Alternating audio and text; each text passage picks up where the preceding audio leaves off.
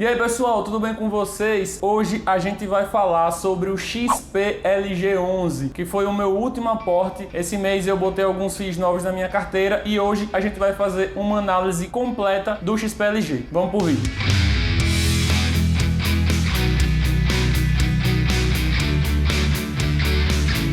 Antes de mais nada, já deixa seu like, se inscreve no canal, que em breve eu vou soltar um vídeo para cada ativo que eu aportei esse mês. Foram 3 fundos imobiliários, o XP-LG hoje é o primeiro e em breve eu vou soltar um vídeo para os outros 2 fundos imobiliários, que são o HGRU e o ALZR. Então já ativa o sininho aí para não perder nenhum vídeo. E vamos começar a análise. Antes, eu gosto de fazer uma breve apresentação para a gente conhecer o fundo imobiliário. Bem, o XP-LG é um fundo criado em 2018, tem aí 3 anos de criação. É um fundo de tijolo, ou seja, que investe diretamente em imóveis e do segmento de logística, ou seja, investe em galpões logísticos. Por exemplo, vamos supor que a Magazine Luiza precise de um galpão para armazenar seus produtos aqui na minha cidade. Então, basicamente, é esse tipo de imóvel que o XP-LG adquire. Tem um valor de mercado atualmente de 3,3 bilhões e representa 3,6% do IFIX, que é o índice que mede a performance dos fundos imobiliários aqui no Brasil. É um fundo que atualmente está em 5 estados brasileiros e tem como clientes ali grandes empresas como a Leroy, Pão de Açúcar, Renner, FedEx, entre outras. Bem, e agora que a gente já conheceu brevemente o XP-LG, vamos para a análise. A primeira coisa que eu olho em um fundo imobiliário é a governança. E bem, o XP-LG é gerido pela XP Assets, que tem por trás o grupo XP, que é um grupo muito conhecido aqui no Brasil, que inclusive tem capital aberto na Nasdaq nos Estados Unidos. E o grupo XP é um grupo muito forte, muito conhecido, não tem rolo nenhum, pelo menos até o momento, e é muito tranquilo para se investir. E um ponto muito importante sobre analisar a governança, e é o primeiro quesito que eu analiso, é que você está confiando o seu dinheiro na mão dessa gestora. Por isso é muito importante você saber o histórico da governança. O segundo item que eu analiso é o tempo de mercado. E bem, geralmente eu só invisto em fundos imobiliários que tenham pelo menos 5 anos de mercado. Ah, Nathan, mas você investiu no XP-LG e ele tem apenas 3 anos de mercado. Pois é, por isso mesmo é sempre importante você analisar o ativo como um todo, olhar tudo e não apenas um indicador isolado. Nesse caso, eu abri uma exceção por conta da gestora. Como a XP é uma gestora muito conhecida, muito bem conceituada, eu decidi investir nesse fundo mesmo ele tendo apenas 3 anos de mercado, porque a XP já está aí e eu confio nessa gestora. O terceiro quesito que eu olho para investir em um fundo imobiliário é a quantidade de imóveis. Eu não vou investir em um fundo imobiliário que tem apenas um imóvel, aí vai que amanhã o inquilino resolve sair e acabou toda a renda do fundo. Então eu prefiro investir somente em fundos que têm vários imóveis. E o XP-LG possui atualmente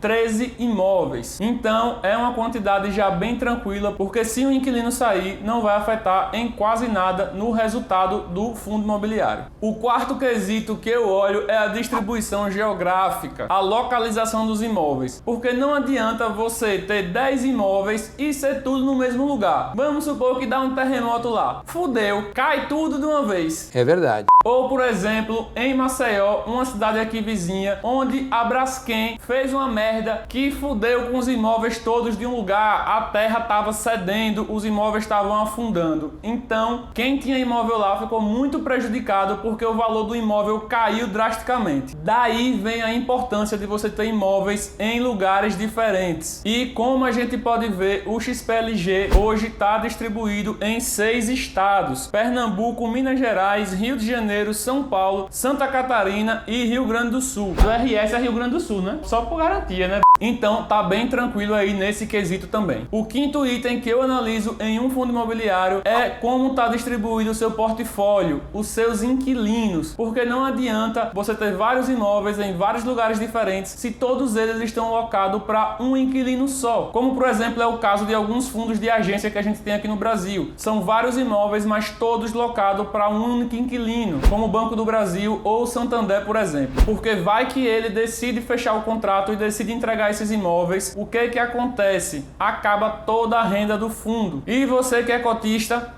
Então esse é o próximo quesito que eu analiso. Então vamos ver o XPLG. Bem, atualmente esse é o relatório mais recente do XPLG e 92% do seu patrimônio hoje está em imóveis e 6% em aplicações financeiras e 2% em cotas de outros FIIs, sendo que 37% dos contratos são típicos e 63% são atípicos, que são contratos para um longo prazo, geralmente 10 anos aí ou mais. E se formos analisar os inquilinos, como eu falei, veja que está bem diversificado, onde 17% é Via Varejo, 13% Cajamar, 12% Leroy, 10% GPA, 9% Renner, 7% Dia, 4% Panasonic, 4% Unilever e 23% outros. Ou seja, a gente pode ver que está muito bem diversificado. Se hoje o inquilino entregar o imóvel, não vai afetar tanto assim no rendimento do fundo. E se formos olhar por setor, 41% é comércio varejista, 13% especulativo, 12% material de construção, 7% comércio e distribuição de alimentos, 6% logística e 20% outros. Então, bem tranquilo, aprovado nesse quesito também. O próximo quesito que eu gosto de olhar nos fundos imobiliários são as taxas. Como a gente sabe,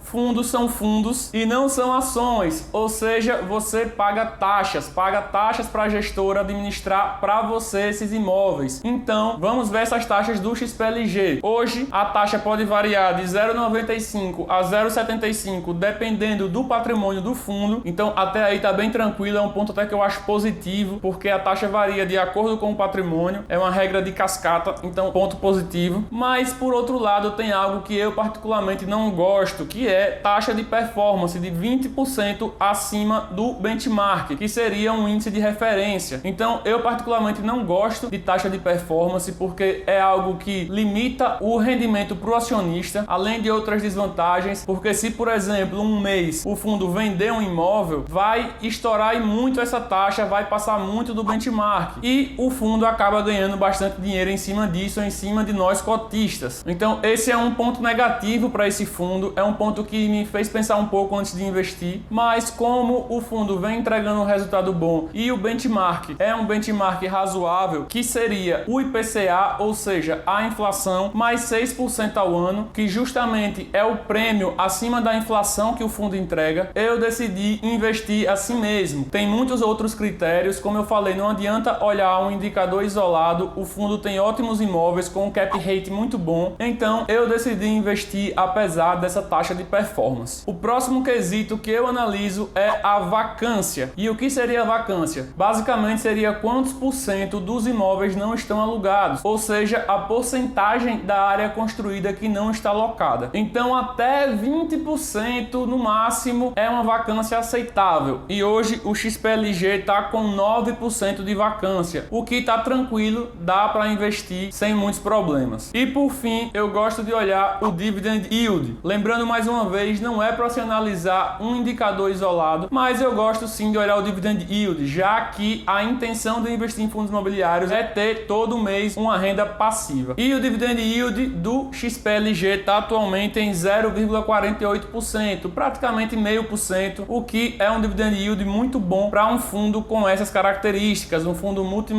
um fundo consolidado, com imóveis muito bons e de uma gestora confiável. E o último quesito que eu gosto de analisar é a liquidez, que seria o volume negociado todos os dias, para saber se quando você quiser vender esse fundo, você vai ter algum problema. Claro que a ideia do buy and hold é nunca vender suas cotas, pelo contrário, é sempre comprar mais, mas imprevistos podem acontecer e é sempre bom saber se você vai conseguir ter esse dinheiro na hora que você precisar, que justamente é uma das vantagens dos fundos imobiliários frente a um imóvel de verdade. E o volume de liquidez em janeiro desse ano foi de 9 bilhões. Então, se você não pretende investir mais do que isso, você não vai ter grandes problemas. E depois de analisar todos esses quesitos, eu decidi investir no XPLG. Foi um dos aportes desse mês, como eu já falei para vocês. E o que eu defini foi uma porcentagem de 3,1% da minha carteira em XPLG. E continue acompanhando os próximos vídeos que eu vou fazer análise do HGRU e do ALZR, que foram os outros dois aportes desse mês que eu fiz em fundos imobiliários. Então deixa seu like, se inscreve no canal para não perder esses vídeos e te vejo no próximo vídeo.